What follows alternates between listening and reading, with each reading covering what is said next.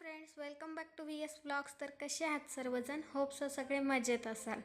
तर आज झाले होते माझे 300 सबस्क्रायबर आणि 300 सबस्क्रायबर झालेत म्हटल्यावर स्वीट डिश तर झालीच पाहिजे.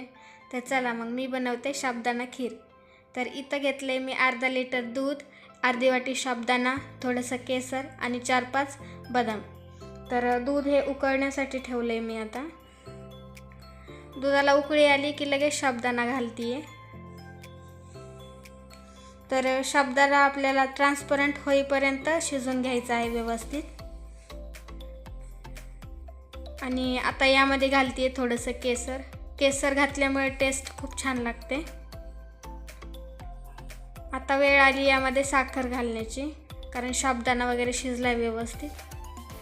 आणि आता घालते थोडंसं तूप.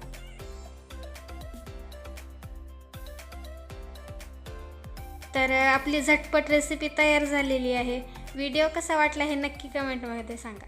भेटूया नेक्स्ट व्हिडिओमध्ये. तोपर्यंत बाय बाय.